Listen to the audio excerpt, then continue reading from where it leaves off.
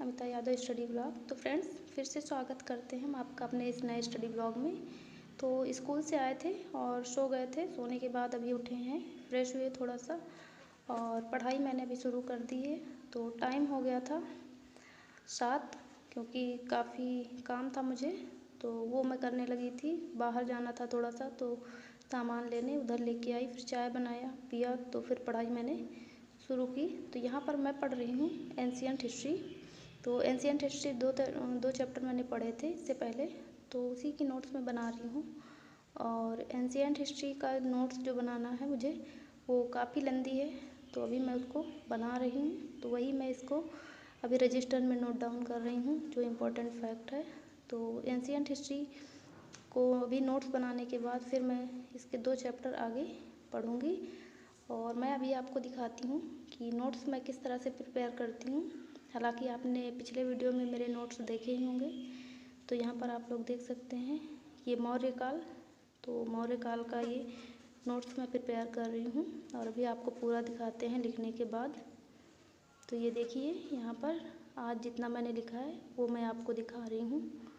तो नोट्स बहुत time taking है, लिखना बहुत ज़्यादा ज़रूरी भी है और इसमें टाइम भी बहुत लगता है।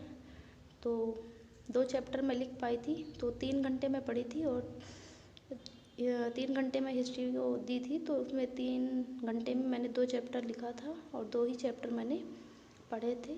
तो लिखने के बाद यहाँ पर देख सकते हैं, अभी मैं हिस्ट्री पढ़ने बैठ गई हूँ।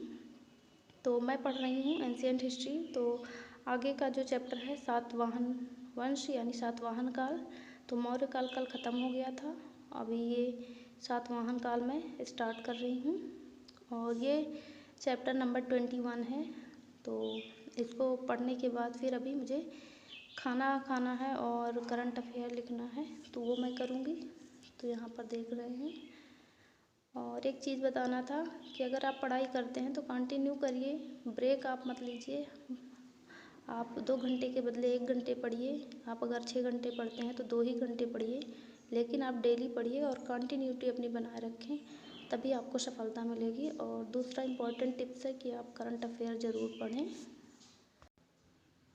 तो करंट अफेयर मैं डेली लिखती हूँ, भले ही मैं 1 ही पेज 2 ही पेज लिखूँ, लेकिन लिखती मैं डेली हूँ। तो हिस्ट्री को पढ़ने के बाद फिर मैंने खाना खाया था और खाना खाने के बाद फिर अभी बाद में हम आपसे मिलते हैं, तो चलते हैं।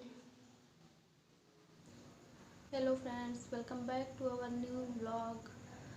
तो अभी बज गए हैं रात के 10 और आपने पहले देखा कि मैंने हिस्ट्री की नोट्स प्रिपेयर की और उसके बाद हिस्ट्री के 2 चैप्टर अभी मैंने पढ़े हैं और 2 ही चैप्टर मैंने लिखा है। तो दोनों चैप्टर लिखने और पढ़ने में मुझे 3 घंटा लगा।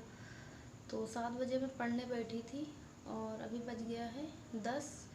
तो अभी जा रहे हैं खाना खाने और खाना खाने के बाद फिर से हम पढ़ाई शुरू करेंगे। तो एंशिएंट हिस्ट्री मुझे थोड़ा सा बोरिंग लग रही है पढ़ने में और इसलिए थोड़ा सा टाइम भी लग रहा है इसको पढ़ने के लिए, लेकिन इस बार मैं इसको कंप्लीट करूँगी और पूरा लिखना भी है, इसके साथ साथ नोट्स भी प्रिपेयर करना है।